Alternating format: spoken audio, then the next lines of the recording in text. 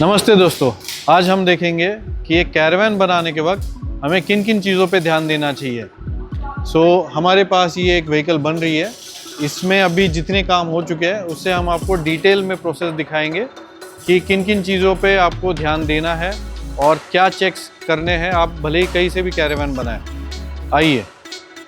Main हमारा है ये बॉडी शीट मेटल स्ट्रक्चर, जिससे कि हमारा एक्सटीरियर और एक बॉडी का फिनिश जो कहते हैं। ये है स्किन पास शीट। इसे कोटिंग किया गया है जिससे कि रस्टिंग ना हो, और इस पे जब आप पेंट करते हो देन यू आर गारंटीड कि आपको एक हाई फिनिश मिरर फिनिश वाला पेंट क्वालिटी इस पे मिलेगा।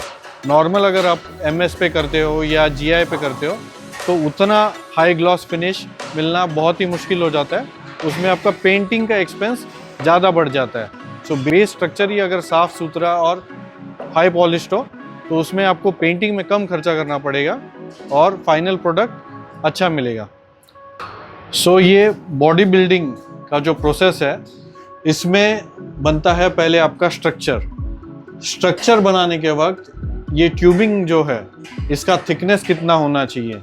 ये मेरे ख्याल से 1.2 से 3 mm जितना आपकी रिक्वायरमेंट है उतना तो होना चाहिए। उससे कम अगर है तो वो वीक स्ट्रक्चर बन जाएगा, या तो फिर आपको सपोर्ट मेंबर्स काफ़ी बढ़ाने पड़ेंगे। ये है हमारे lateral, horizontal and vertical structures. ये हमने चूज़ किया है इस पर्टिकुलर व्हीकल के लिए GI के ट्यूबिंग्स में। इसके अलावा हमने यहाँ पे बेंड करके ये शीट मेटल को ही डायगनली कनेक्ट कर दिया है, जो कि आप एक क्रॉस सेक्शन देख रहे हैं यहाँ पे।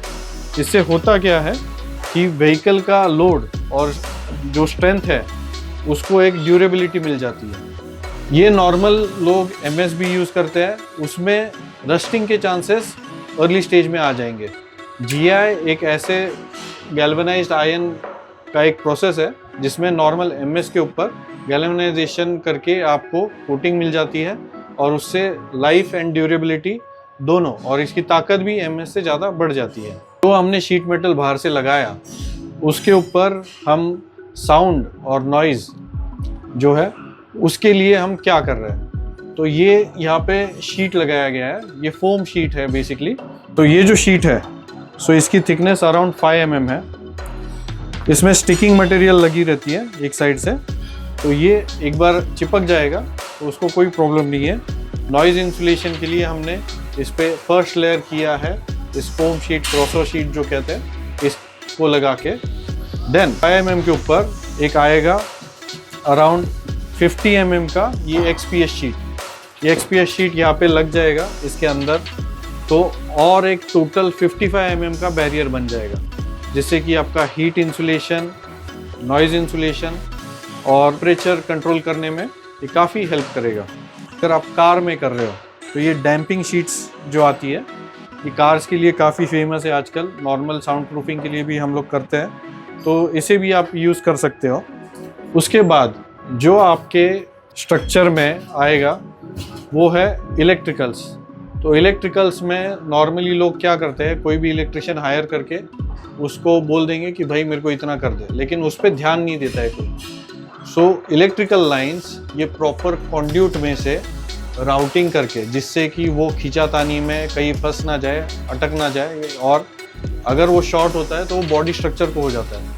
तो उसके लिए एक कंड्यूट स्ट्रक्चर आता है जो इस वायर के ऊपर चढ़ा होता है। तो ये डबल लेयर ऑफ प्रोटेक्शन हो गया। And then the third point is कि प्लग एंड प्ले के लिए आप कौन से टाइप के इसमें सॉकेट्स यूज़ कर रहे हो, कि कल कोई चीज़ अगर जाके ख़राब हो जाती है तो उसको यहाँ से आसानी से निकाल सकते हैं और दूसरी रिप्लेस कर सकते हैं हम। तो इन चीज़ों का इलेक्ट्रिकल में आप जैसे देख रहे हैं, ये कैबिन लाइट यहाँ पे लिखा हुआ है, आपको आइडेंटिफिकेशन के लिए। कल जाके आप व्हीकल किसी और से रिपेयर कराना चाह रहे हो या सर्विस कराना चाह रहे हो, तो ये लेबलिंग से आपको काफ़ी हेल्प हो जाती है वो थर्ड पर्सन को आइडेंटिफाई करने में कि कहाँ है। और इसका एक इलेक्ट्रिकल डायग्राम जो बनता है उसके साथ हम ये आसानी से बना सकते हैं। नेक्स्ट कम्स द थिंग कि ये जो आप यहाँ पे देख रहे हैं, ये है हमारे AC के सारे पाइप्स। ये होजेस जो है ये ऑलमोस्ट है 15.2 mm थिकनेस के। उसके अलावा इसके भी जो इलेक्ट्रिकल लाइंस है इन्हें भी प्रॉपर कंड्यूट करना ज़रूरी है। यहाँ पे आप देखोगे जैसे ये ब्रीदर है, और ये ब्लोअर है यहाँ पे। तो इनमें पानी जाने के लिए प्रॉपर पाइपिंग होना ज़रूरी है। उसके साथ ही साथ जो इंसुलेशन है कि बाहर की गर्म हवा अंदर ना आए, उसके लिए यहाँ पे सिलिकॉन पूरा लगाया हुआ है। तो सिलिकॉन से पैकिंग किया, कौन से क्वालिटी का सिलिकॉन आप यूज़ कर रहे हो इस पे भी काफ़ी डिपेंड करता है सारी चीज़ें। तो ये हुई बात, जो इंटीरियर का काम शुरू होने से पहले आपको अपने कैरावैन में चेक करना है आपके बजट के हिसाब से, आपके चॉइसेस के हिसाब से आपको कितना स्पेंड करना है इन चीज़ों पे, ये आप डिसाइड कर सकते हो अच्छे से। इससे आपकी व्हीकल की लॉन्जिटिविटी और उसकी रिलायबिलिटी काफ़ी बढ़ जाती है कि आप रिमोट लोकेशन पे गए और वहाँ पे आपको कोई प्रॉब्लम ना फेस करना पड़े। होप आपको ये वीडियो अच्छा लगा। Do like and subscribe. Thank you.